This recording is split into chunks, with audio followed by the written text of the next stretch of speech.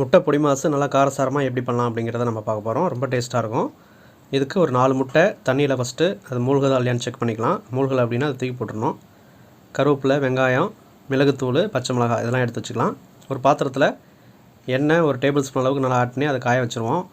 நல்லா சூடானதுக்கப்புறம் அதில் கட் பண்ணி வச்சுருக்கிற பச்சை மிளகாய் ஒரு 3 நான் ஆட் பண்ணியிருக்கேன். ஒரு பெரிய வெங்காயத்தை ஸ்லைஸாக ஆட் பண்ணி அதில் போட்டாச்சு. ஒரு கொத்து கருவேப்பிலையை அதில் பிச்சு போட்டுக்கலாம். இப்போ இந்த வெங்காயம், கருவேப்பிலை, பச்சை மிளகாயெல்லாம் ஒரு 2 நிமிஷம் அளவுக்கு நல்லா வதக்கிக்கலாம். ஏன்னா பொடி மாஸ் பண்ணும்போது வெங்காயத்தை நல்லா வதக்கிட்டு அதுக்கப்புறம் நம்ம முட்டையை ஆட் பண்ணோம்னா நல்லாயிருக்கும்.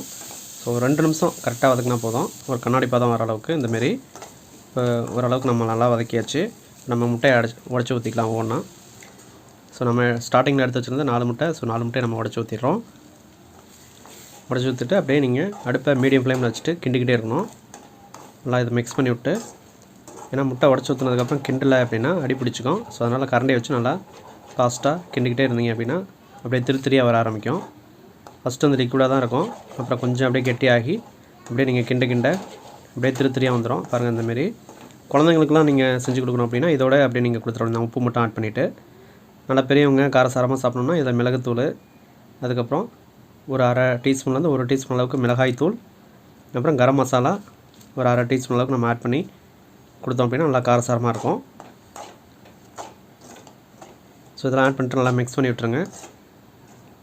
ஸோ நல்லா மிக்ஸ் பண்ணி விட்டிங்க அப்படின்னா உப்பு இதெல்லாம் இருக்கான்னு கரெக்டாக செக் பண்ணிங்க. மஞ்சத்தூளும் கொஞ்சம் நம்ம இது ஆப்ஷனல் தான், மஞ்சத்தூள் போட்டோம்னா கொஞ்சம் நல்லது. ஏன்னா கிருமி நாசினி மஞ்சத்தூள் நம்ம ஆட் பண்ணும்போது. அது நார்மலாக நம்ம பொரியல் இந்தமாரி பொடி மாசு இது எல்லாத்துக்கும் நம்ம ஆட் பண்ணுறது நல்லது தான். ஸோ ஆட் பண்ணிக்கோங்க. ஆட் பண்ணிட்டு நல்லா மிக்ஸ் பண்ணி விட்டிங்க அப்படின்னா அவ்வளோதான். நல்லா காரசாரமாக ஒரு முட்டை பொடி மாஸ் இந்த ரோட்டு கடை ஸ்டைலில் ரெடி ஆகிடுச்சு. டேஸ்ட்டு சூப்பராக இருக்கும். ட்ரை பண்ணி பாருங்கள், கண்டிப்பாக உங்களுக்கு பிடிக்கும்.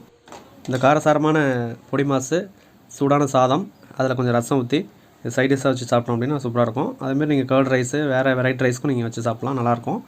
ஸோ அவ்வளோதான். இதேமாரி நீங்கள் ட்ரை பண்ணி பார்த்துட்டு எப்படி இருந்துச்சுன்னு சொல்லுங்கள். இந்த வீடியோ உங்களுக்கு பிடிச்சினா ஒரு லைக் கொடுங்க. நம்ம சேனலை சப்ஸ்கிரைப் பண்ணி பக்கத்தில் இருக்கிற பெல் பட்டனை கிளிக் பண்ணிட்டீங்கன்னா நம்ம போடக்கூடிய அடுத்தடுத்த வீடியோஸ் உங்களுக்கு நோட்டிஃபை ஆகும். நீங்கள் செக் பண்ணி பார்த்துக்கலாம். தேங்க்ஸ் ஃபார் வாட்சிங். தேங்க்யூ.